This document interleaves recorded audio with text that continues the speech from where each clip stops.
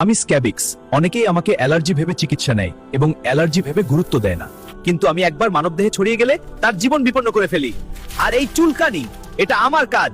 আপনি কি জানেন আমি কোনো জীবাণু দিয়ে হই, এবং আমি যে জীবাণুতে হই সেই জীবাণুকে মেরে ফেললে আপনার এই চুলকানি আর থাকবে না। তো চলুন আজকে আপনাকে জানাবো কিভাবে স্ক্যাবিক্স থেকে সুস্থ হওয়া যায় সম্পূর্ণরূপে এবং স্থায়ীভাবে।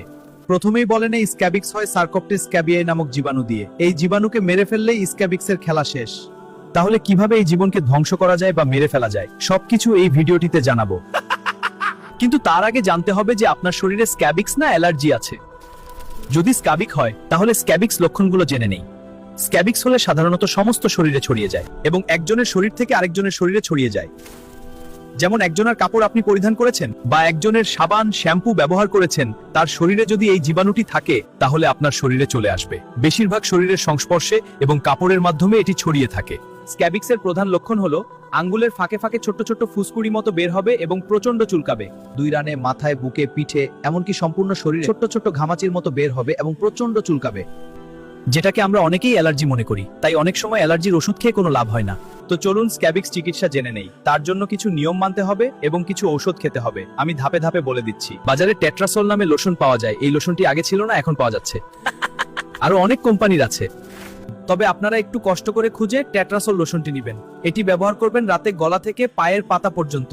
খুব ভালোভাবে মালিশ করে নেবেন। মনে রাখবেন, আপনি যদি কারো সঙ্গে রুম শেয়ার করে থাকেন তাহলে এই চিকিৎসা তাকেও ফলো করতে হবে, না হলে আবার হয়ে যাবে। এবং আপনার পরিবারের সঙ্গে থাকলে পরিবারের সকলকে এই চিকিৎসা নিতে হবে একসাথে। লোশনটি শরীরে লাগানোর পর যদি রাতে পানি ব্যবহার করার প্রয়োজন হয়, তার ফলে যেখানে যেখানে পানি লেগে লোশনটি ধুয়ে যাবে, সেখানে সেখানে আবার রুমে এসে লোশনটি লাগাতে হবে। মনে রাখবেন, লোশন ব্যবহারের ক্ষেত্রে একটু ভুল করা যাবে না।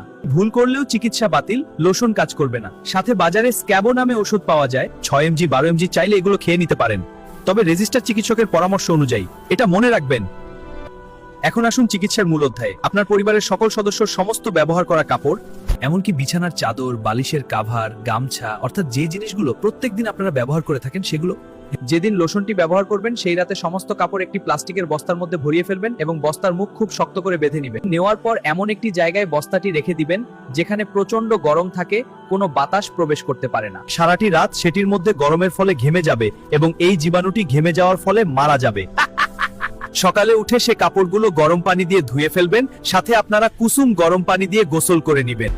এই একদিনের কষ্ট আপনাকে এই কঠিন রোগ থেকে মুক্তি দিবে। যদি লোশনটি ব্যবহার করার পর বোতলে লোশন থেকে যায় তাহলে আবার পরের দিন ব্যবহার করবেন। এই ওষুধ এবং লোশন চলাকালীন সময় কোনো প্রকার শ্যাম্পু অথবা সাবান ব্যবহার করা যাবে না।